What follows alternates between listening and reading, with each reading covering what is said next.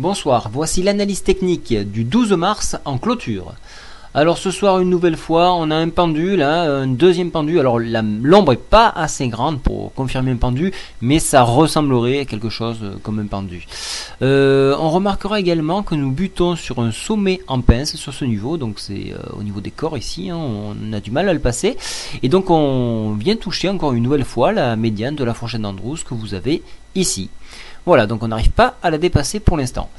Voilà, alors avant de commencer mon analyse technique, je tiens à rappeler qu'une information très importante doit arriver à 19 h. On doit écouter Ben Bernanke qui doit parler au niveau de la situation mensuelle du budget américain. Donc ça c'est un point important qu'il faut suivre pour clôturer cette journée.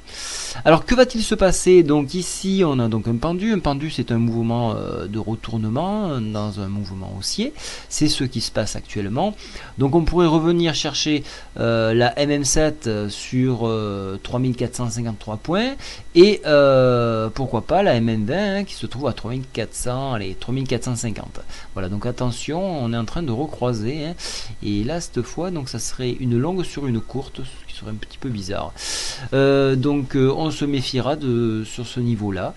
Au niveau des lignes de tendance, pour être précis, alors si vous jouez la hausse et que vous pensez que le sommet va craquer et qu'on va aller vers cette médiane, puisque demain la médiane sera encore un petit peu plus haute, on ira donc à 3500 points, un nouveau point intéressant à shorter, puisqu'il correspond à une résistance ici, hein, 3503 précisément.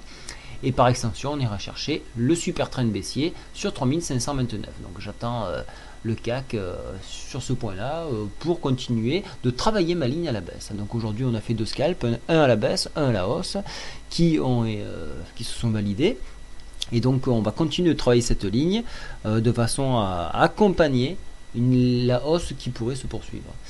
Au niveau des indicateurs oscillateurs, la MACD n'a toujours pas croisé son signal, mais elle s'y dirige. On regardera le stochastique qui vient de repasser en surachat et passe au-dessus de sa moyenne, donc ça c'est positif, mais on est en zone de surachat. Donc ce chassé-croisé là que nous avons là, c'est un petit peu bizarre, donc il faut vraiment le suivre. On a eu encore une journée assez plate aujourd'hui, hein. Donc laissons le temps à l'indice parisien d'assimiler la hausse qu'il y a eu ici.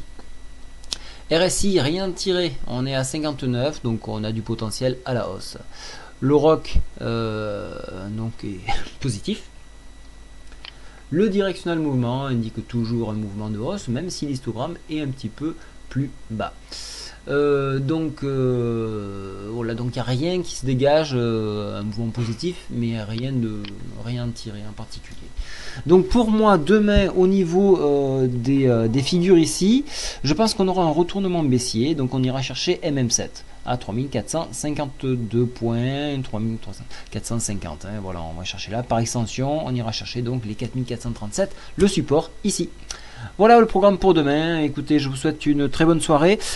Avant de finir, notez bien deux heures importantes.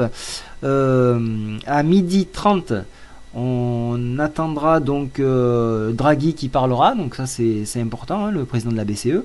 Et 13h30, les ventes au détail. Voilà, c'est les deux points étapes de la journée. Donc pas plus à dire pour aujourd'hui, hein, donc si ce n'est que dans la logique il faudrait suivre les indicateurs, hein, mais fondamentalement on se rend compte qu'il y a quand même un problème, même si un accord a été validé au niveau de la Grèce. On parle déjà de l'Espagne. Voilà, je vous souhaite une très bonne soirée, au revoir.